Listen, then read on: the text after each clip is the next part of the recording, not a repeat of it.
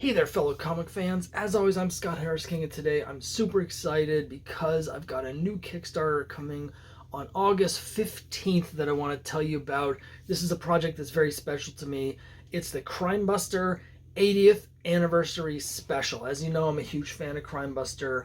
One of the reasons I started making comics to begin with is because I loved the Crimebuster series and boy comics from the Golden Age, and I wish there had been more issues of it. And then I realized, hey, it's in the public domain. I can make my own issues. Now, since then, of course, I've created a bunch of new characters and blossomed out into a lot of series. And you don't need to have read the original comics, but if you are interested in reading those original Golden Age comics that inspired me so much, that's what this special is all about. Crimebuster first appeared in Boy Comics number 3 back in 1942. So this is the 80th anniversary of his first appearance.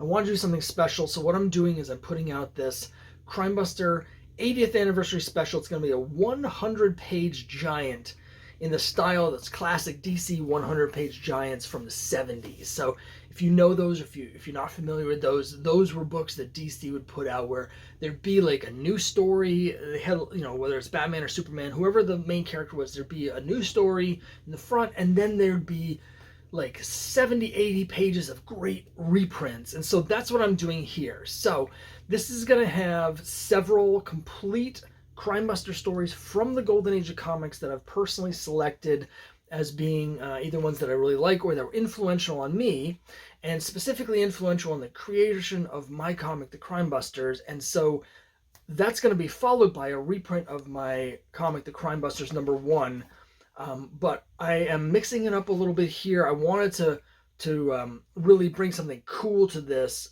So even if you've already read Crimebusters #1, it'll still be of interest to you. So, my last issue of Crimebusters was the first one I did in color, and I absolutely loved the way it turned out. So what I've done is I've actually added color to Crimebusters #1. I've also gone back in and I've tweaked some of the word balloons and some of the lettering and some of the art that I wasn't super happy with when I originally did it, because I was just learning how the comic creation, the program that I used worked. And so there's little things, that I wanted to fix. And so now I'm getting a chance to present this all to you. And so you'll be able to read the Crimebusters #1 in color, but you'll also be able to read all of the different stories that are sort of referenced in Crimebusters #1, so you can get the whole thing. Now, I've been saving the best part for last. I should have led with this because this is one of the coolest, maybe the coolest thing that I've been associated with in comics. I'm so excited about this. The cover for this is going to be done by the legendary George Tuska. So I know for classic comics fans, you all know who George Tuska is. You're probably wondering how this is possible because sadly he passed away a number of years ago. And the answer is that a friend of mine who's really into Lev Gleason and boy comics and Crimebuster had commissioned a cover from Mr. Tuska a number of years ago. Full pencils, and it's a great cover of him fighting his archenemy Ironjaw with Squeaks helping. And I got permission both from my friend and also from the Tuska family to use this cover. So once I had that permission, I had it inked by DC and Archie artist Andrew Peepoy, who was a regular inker on Fables and also on Green Lantern. He inked Batman. He does a lot of sort of classic retro stuff for Archie. So it was a perfect fit for this. And I had him ink it, and then my colorist, Shane, did the coloring. And so for the first time, I'm able to present this brand new, never before published cover by the great Golden and Silver Age artist George Tuska. And best of all, George Tuska actually, before, he's best known as the artist on Iron Man for Marvel, but before he worked for Marvel in the 40s and 50s, he worked for Lev Gleason, and he actually drew some of the original Crimebuster stories in boy comics back in the day. So couldn't be more excited. I've also done the 100-page giant style cover as well. It's going to be a flip book.